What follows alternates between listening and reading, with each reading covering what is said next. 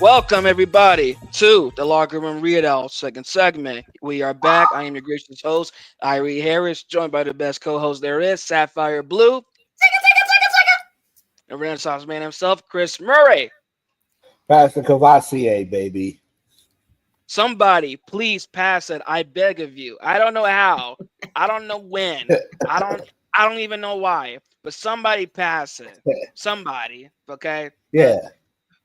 Right now in this segment, we just came off of the first segment where we strictly were speaking about the NFL news. Now we're gonna go to the basketball side. First, we'll start off with the WNBA, and then we'll make our way to the NBA first because ladies first.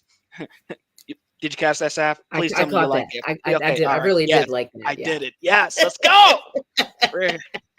Right. Let's Yeah. go. Ladies first. Yeah. I do Okay. this. Ladies first. Ladies first. Okay, all right. Let me chill. Woosah. Woosah. All right. Yeah. Pay these bills. Let's pay these bills first. So, Okay. for Okay. all, Let me go pay. do Let me your go. thing. I'll do my thing. Okay. Well, are you looking for a relaxing getaway where you can play all day and escape the tedious grind of life? Then plan your getaway today at Lakecrest Casino and Hotel, Ardmore's premier getaway gaming destination, and let the winning begin.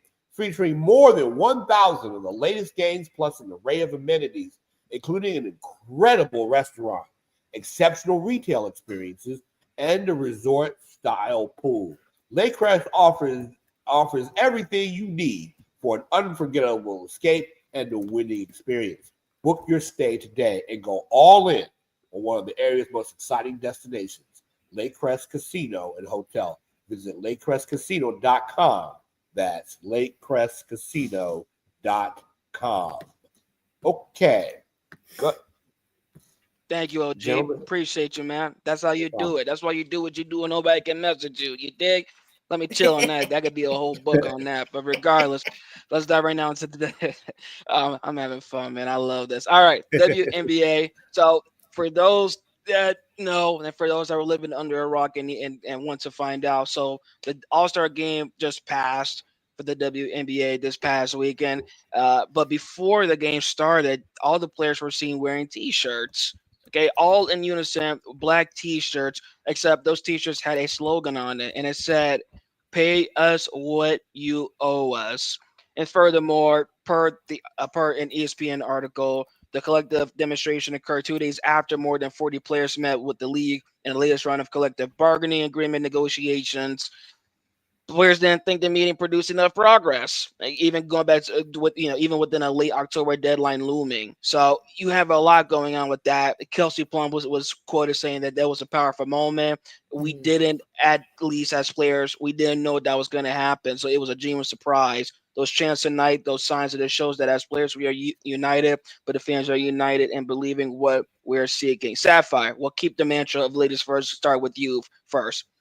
When Yeah. you saw, yes, please go ahead. I know I stepped on your toe. Go No, ahead. no, no, no. Please. I love being stepped on toes. Go. No, I mean, I saw that the viewership was about 2.2 million people. And when they compared and contrasted that to 2023, it was up, I think, 58% in terms of viewership. So, it to me is just another testimony to the quality of the product. And of course, with Caitlin Clark leading that way, I'm feeling the girls, like pay them, what their value is. Chris, we'll move on to you. Thoughts, please. My thoughts of it, the average salary for WNBA players is, ranges from $66,000 a year, which is about the same as some teachers, up to about $249,000 a year. One of the economic analysts I read in a Yahoo article basically said that the league is slated to make about $500 million a year. And they've got the players, because here's the thing that I say this in football, I say this in the NBA. Nobody goes to a basketball game or a football game to see an owner. So yes, pay those players. Those players are underpaid. And the thing about it, owners in every sport always cry about, oh, we got to look at our books, and they never want to show you the books and what's going on. They're making a profit. They just signed a television deal worth $2.2 billion, okay, That's a lot of money, and it's all for the next 11 years. So they're going to make money. And they've been doing well recently in the ratings and things of that nature. They're expanding to 5 cities. They just announced Philadelphia, Cleveland, and Detroit, and even Toronto. So, pay these women. I'm with pay them. And because, like I said, they got the NBA and its coiffures, they got money. They got that money. I'm sorry. And you gotta, and like I said, you gotta demand for what you want and whatnot. You do. You just do. I agree with that, and if I may add my 2 cents, I agree with the call for them to pay their players. And I think, and when people, for those that talk about, well, they're people are not watching, they're getting paid enough, or even when they try to coincide that with Caitlin Clark, which we'll say for another day because we've spoken about her too much already as is. The one thing that comes to mind is in in comparison with the NBA, which was created what 1946. You think about it, Yes. the ratings, the pay, it really took around 30 years, and even like at least 30 years for them to really get their revenue up and get the ratings up to where they overlap with each other and paying the players not only what they're owed, but what the numbers say that they're worth. And I see that same thing happening for the WNBA because they're around coming up on 30 years old now. And it's important for people to keep in mind that this isn't something that is going to happen uh, uh, overnight, as you said, Chris. With the price range $66,000 to $249,000. Currently, the highest paid player right now is Jackie Young, who has 2 years left on her contract with the Aces. She's making 252,000. She's the only player making that much. That's in an NBA in this day and age. That's a role player. Maybe even the 10th man at that. However, the NBA is much older than the WNBA. The WNBA only was created in 1996, so in the first season was in '97. It takes some time for it to coincide with each other. However, I think now is the perfect and best time in which we see not only the ratings and popularity rising, but also the pay. With furthermore shows that people are tuned in, like you said, Chris. They don't want to see the owners; they want to see the players. Pay them what they are owed. Sapphire, we'll go back to you. Any final remarks on this topic before we move further into WA news? No, I mean, I think you hit the nail on the head. And no, we're not going to go deep about Caitlin Clark, but Caitlin Clark is one of the biggest factors as to why the ratings are up and why there's a conversation about money on the table right now. You have to give her proper respect for bringing legions of people into this thing. Right on. Now, as we move further into the league, the news coming up, the All Star break, of course, comes a time in which you're thinking about, man, mid-season point, who's looking good for the awards, who could win this, who could win that. You look no further than a player that not only should we talk about a lot, but that's something that we should talk about even more.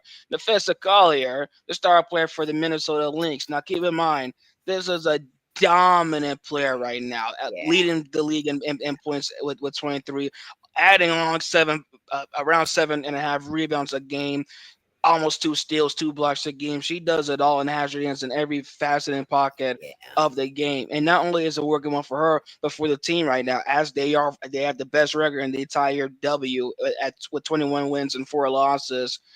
Chris, we will go back to you. Right now, the latest odds shows that Collier is the top reigning candidate for MVP. Would you agree with that? And not just that, but like who does when you watch her, who does her game remind you of, men or women? Wow. Men or women. Wow. As a scorer, Lord, maybe Kobe and whatnot. I mean, I know Man, that's a big thing on the Wow. men's side. Wow.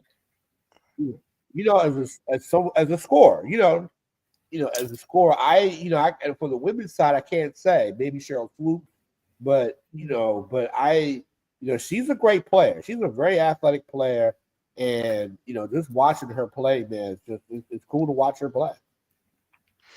Sapphire, she follows along the line of a number of great players, even those that we're just mentioning right now from Chris, Cheryl Swift, Cynthia Cooper, even go Lisa Leslie, Candace Parker. She's the latest in line. Would you agree with that? And do you think that this is her year to win MVP? Yes and yes. And for me, when I go back to your question, you asked Chris, what player comes to mind when I watch her? I'm going to say Bird. Wow. Why? Please Larry, elaborate. Because she's got more than sufficient defense, number one, right? Because he really, to me, he embellished that aspect of his game. But her shooting, like, tell me what part of the floor she can't make a shot from. Like, make a shot from. And just the way that her players respond to her, how engaged or integrated she is, in terms of the way the flow of the game goes on the court and then even off the court, she commands a lot of respect in that way too. yeah, I mean that's Kobe. I mean Kobe, he's a killer Mm. like Larry Saphyr, Bird. Larry Bird's a killer. I'm sorry, and I just wanted to say that, just to add to that what you said. no, please, Larry please, please keep Bird. going, please going. Yeah, no, I was saying Larry Bird and Kobe, those guys, and Jordan, those guys were killers. Those guys, well, they hit enough shots that will take your heart out. And having watched, like I said, you remember that you always like to point to that Craig Elo game, Sapphire. You like pointing to See, here that. he goes again. Oh, How every single time? just you gotta How? get it in some Cleveland reference. I am so coming for you this football season. Oh my I know gosh. you are. I know I didn't mean to do that, but Oh, it it was just subliminal. It was it, subliminal, it right? just came out. It just came out of me. I mean, I just, it was just one of those things because I was just trying to kill her. Like Larry Bird Yeah. and Jordan and Kobe, they would just hit a shot when you look at you, and Yeah. you're pretty much and they'll say, man, pick that up, man. Yeah, that's your face down Yeah. there. Yeah, they talked a Something lot of like that. trash. They talked a lot of Yeah, trash. They could come off a screen. They could spot up anywhere on the floor. They yeah, followed their shot. They played defense. Yeah, totally agree with you. yeah. You, the couple of players that come to mind for me when I watch her, and I don't think this is too far fetched or too bad, but I honestly I see flashes of like within her all around game of like Tamika Catchings. Okay. Okay. Yeah, just like Interesting. gritty, but still having a hand in every part of the game, Mhm. still making the smart off ball choices as Tamika would, because Tamika really have her like. I really don't try to sound like a broken record, but Tamika would do everything, and I see Nefessa in that same realm. Even at times when she's not doing this, she still has the ability to do so. If needed, coming off the pick and roll, being Yep. able to be there for the sweet jumper, like just an all around swing man for this team. And keep in mind, talking about the Lynx right now, they did just come off of a conference title last year in which they lost in that game deciding Game 5 versus the New York Yeah. Liberty in last Yeah. year's WNBA Finals. Not only are we talking about this being the year that Nefessa wins MVP, but do we see a time in which now that Minnesota comes back and wins? If they do, not only would they win the WNBA Finals, but it could be their fifth title in franchise history. Sapphire. I don't see them beating the Liberty, right? I mean, Okay. Ionescu, I mean, she went off not only in the All Star game, but that first game after the All Star game. I'm trying to remember if it was the Chicago. No, I think Fee's team played the Sky. I can't remember who New York was playing. Maybe it was Indiana. Long story short, she could not miss. And I just think that's just one player on the Liberty. You still got to respect Bree's game, Jones. Like, I don't know that even as great of a year as Fee is having, that the team can win that title. But it's going to be a great, if they both make it there, it's going to be a great series. Chris, any thoughts Yeah, rebuttal for that? no rebuttal. Although I think Minnesota's looking good though. I really like them. I think they could go back, but but you never know. You never gotta watch how people play at certain times of the year. That's all. Yeah. What is in your mind, Chris, in your eyes, what does it take for them to get back? Well, I think it's going to take the same total team effort that they played down the stretch last year. You're gonna have to you're gonna have to win the games you're not supposed to win, and you're gonna have to. You gotta play defense, and you're gonna need the official to be on her game. And I think she has that mentality to do it. So, but it's gonna be tough. This is a tough league. And New York is very physical. They play physical. Yes. So the question for me will be, how do the Lynx respond to that style of game? Because they're not going to be going up and down the court. Let's be clear about that. So, and Fee is one person, right? Absolutely. It's one player. They got other players on that team that have to step up. So we'll see. Well, we will definitely see down the stretch of this season how this shakes up. But New York is tough though. We gonna see what we gonna see. Last question before we go on and chance to the NBA side. Last question with the WNBA though. There's just off the bat. I'm just curious to hear what you guys would think. At the moment, after the All-Star break, is there a dark horse team that we should keep an eye on? And it's okay if there is no answer. I'll throw one out myself. Okay. The Atlanta Dream. Okay. Yes. Okay. Yeah. Okay. I see that. Why? Okay. But tell us why. Up top, I mean, personally for me, they have exceeded expectations. I mean, they've been so, from what I've seen right now, they are playing together, and maybe it does have something to do with first year head coach Carl Smesko, right? Like maybe it could have something to do with that, especially him coming from college himself.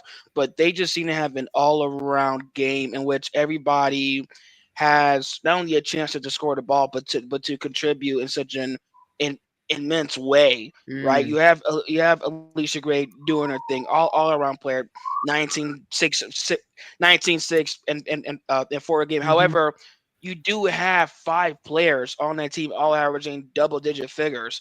That means that sharing is caring has to be a mantra for that team.